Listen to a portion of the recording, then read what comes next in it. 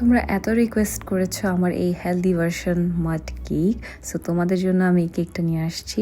যারা ডায়েটে আছো তারা অবশ্যই এটা ট্রাই করতে পারো, ট্রাস্ট মি অনেক মজা। আর যাদের স্পেশালি চকলেটের ক্রেভিংস হয় তাদের জন্য তো এটা বেস্ট।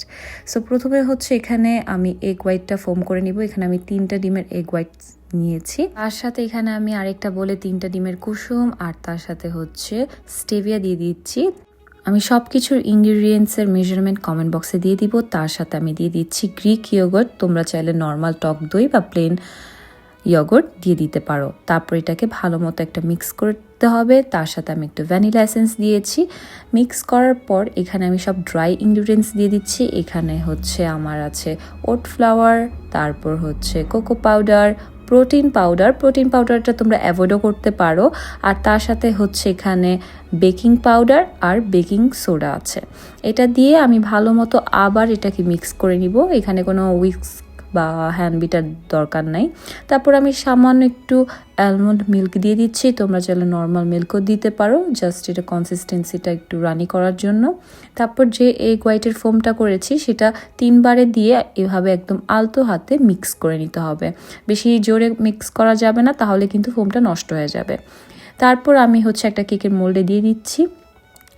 এখানে আমি একটা হার্ট শেপের কেকের মোল্ড নিয়েছিলাম। বেকিং পেপার দিয়ে সাইডে হচ্ছে আমি অয়েল গ্রিস করে এটা দিয়ে দিচ্ছি।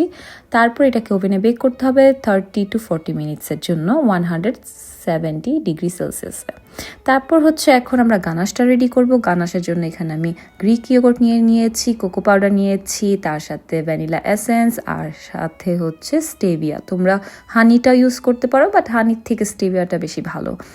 আর হচ্ছে এটাকে ভালো মতো মিক্স করতে হবে।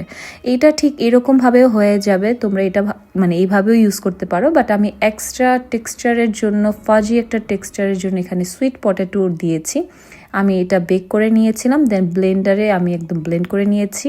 যেটা বললাম তোমরা এটা অ্যাভয়েডও করতে পারো, আর সুইট পটেটোর কোনো এক্সট্রা ফ্লেভার থাকে না। আর তার সাথে এখানে হচ্ছে আমি দিয়ে দিয়েছি মেল্টেড চকলেট, একদম আমি 90% ডার্ক চকলেটটা ইউজ করেছি। আর তার সাথে একটু পিনাট বাটারও তোমরা অ্যাড করতে পারো। আর আমি সামান্য আবার স্টেভিয়া দিয়েছি, আমার মনে হয়েছে যে আর একটু মিষ্টি দরকার। আর তার সাথে একটু অ্যালমন্ড মিল্ক, এটার কনসিস্টেন্সিটা সুন্দর আসার জন্য তোমরা নর্মাল মিল্কও ইউজ করতে পারো। দেন এটা ফ্রিজে রেখে দিতে হবে।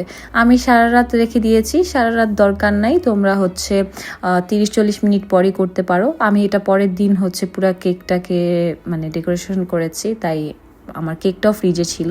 সো সারা রাত ফ্রিজে থাকার পরও দেখো কেকটা কত সুন্দরভাবে হচ্ছে সফট হয়েছে।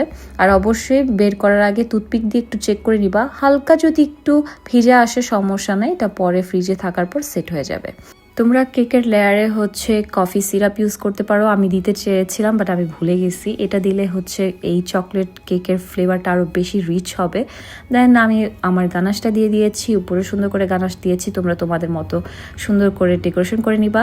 আর আমি রেকমেন্ড করবো এরকম ফাজি কেকের সাথে হচ্ছে ফ্রেশ ফ্রুটস যেমন স্ট্রবেরিজ, ব্লুবেরিজ, তারপর হচ্ছে রাসবেরিজ, এগুলো দিলে এটার টেস্টটা আরও বেশি বেড়ে যায়।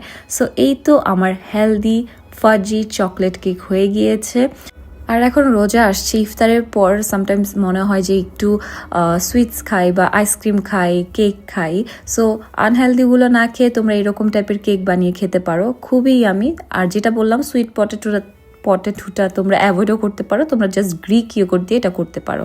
আর অবশ্যই যখন বানাবা টেস্ট করে নিবা। সো এই তো, বাই।